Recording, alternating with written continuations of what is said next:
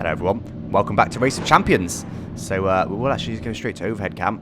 And this is against a rival, as I mentioned in the last video, who is very, very fast. In fact, he's tipped to be one of the winners for sure. So I'm on the bottom lane there. This is in the BMW.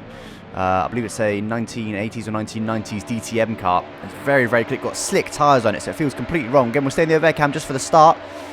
And here we go. The rival getting a better start there. Definitely quite a lot of a better start. Actually, quite a way ahead already. And we'll go on board because this car is absolutely mental. It's very, very weird. It's actually a little bit underpowered. Going down to first gear there even. In fact, again, we'll bring up the gearings and things there. Look.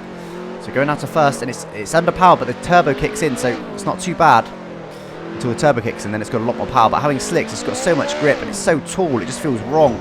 Just nailing the curb. They're bouncing a lot as well. It looks like Rival's got quite a big advantage on me, having been in the fast outside lane for the first lap. Oh, bit of a slide there though. You want to try avoiding that. So easy to slide in this car because I think the brakes are set quite rearward. Fixed setup, of course, for this series. And that was a nice corner through there. Keep it nice and smooth all the way through. Blast on throttle in first gear. Just tapping throttle there.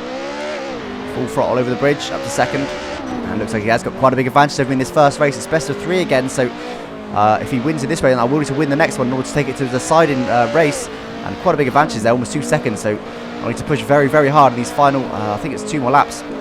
I could be wrong, we'll have to find out ourselves in just a minute. Down to first, taking it nice and close to the gravel. And we'll do a few off-board shots. Here we go. And again, it's because it's quite tall, really, for having so much grip. It's quite tall. It just feels a bit wrong, even though it's quite light. And he's pretty much even with me there, even though he's now going to have the faster outside lane. So he will, we'll get rid of that now. So he will have quite a bit of advantage on me, I would have thought. And so it's not been a great race, but I never really liked this car. It just didn't feel right. I managed to feel quite comfortable with it in the end, in that I could be confident of setting consistent lap times, but I just never quite felt right in this car. And Rival, well, being such a strong competitor, looks like he's going to absolutely dominate me, in all honesty. And well, there he goes. I believe this is the final lap. Flashing his lights, I think, and beeping us on. So yes, that is indeed the final lap, and he beat me by quite a considerable way. A bit of a crash at the end there, but that doesn't matter. And I get a bit of a slide on as well. So, well, that was the first round then. If I need to win the second round in order to be within any chance of staying in this championship. So here we are then. Potentially my final race in this championship if I don't win.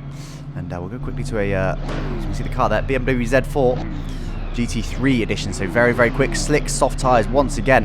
And again against Rival. So I need to be very, very strong in this race. He was so strong in that last race, beat by quite a few seconds. So I mean, hope to have a little bit better luck with this car. And it was just a one-off with that last car. But we know he's strong on the start now. Hopefully get a better start, which I do. In fact, I get the better start this time on the outside lane. There I am on the black one.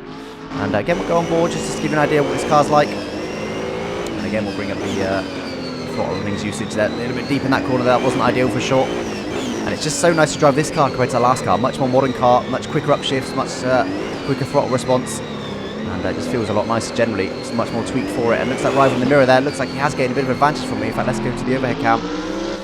There it is. And I think he has actually gained a little bit on me on that first lap. But of course, that's not an even lap. So there we go. Go on board again. And so at the end of this lap is when we'll get a true indication of what the gap's like. A little bit of tap on the curb. They didn't want to do that little bit of oversteer as well in first gear. All of that was. So lots and lots of power, of course, in that gear. And we'll go to the battle cam now to see if we're remotely close. Where is it? There it is. It looks like he's quite a way ahead then. He's quite a way ahead. And this could be me going out of this championship then if I can't get it together in these next 2 laps. And he's, well, a good few seconds ahead, isn't he? So we'll go off board once again. Just found that very wide there. Managed to keep out the barrier just about, though. Just about. Very close to the barrier once again. A little bit deep. Trying to get on the power. Down to first. Get it all slowed down. Get it all turned in. And, well, so this is an odd number lap, so I should be ahead right now. And I'm not ahead. He's actually ahead of me already, so it looks like we'll be almost 2 seconds down once again. Very close to the barrier. That's how on the outside wall there. Very close indeed. And looking like I'm going to go out of this championship in this race unless he has a crash really on this final lap. I'm not going to be able to pull back 2 seconds on 1 lap. So I'll need something weird to happen, I think. But he's just been so strong. So I can't see that happening. And we'll go overhead. Just for these final couple of corners. Well, you can see they already come around the penultimate corner. There I go around the penultimate corner. There he comes around the final corner. And sorry about the flickering there. And well, there he goes. He won by a good few seconds. And I did a bit of oversteer there actually at the end. And you know what? I wasn't going to, but we're going to rewind just to try and see that oversteer, because that is me out of the championship. So let's have a quick look at my oversteer if we get a good shot of it. Hold the phone. Not much there, a little bit. I tried, didn't quite work out.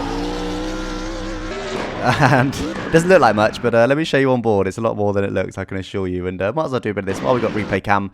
at our fingertips, which we don't normally have. This was it on board. So quite a lot of oversteer there.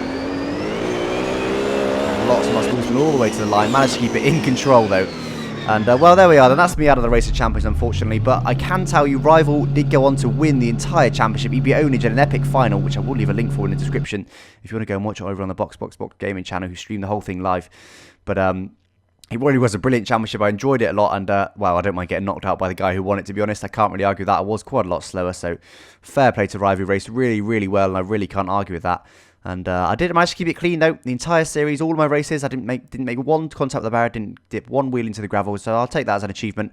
And I got the lap times I expected to, so it wasn't too bad. And I thank you for watching. Bye bye.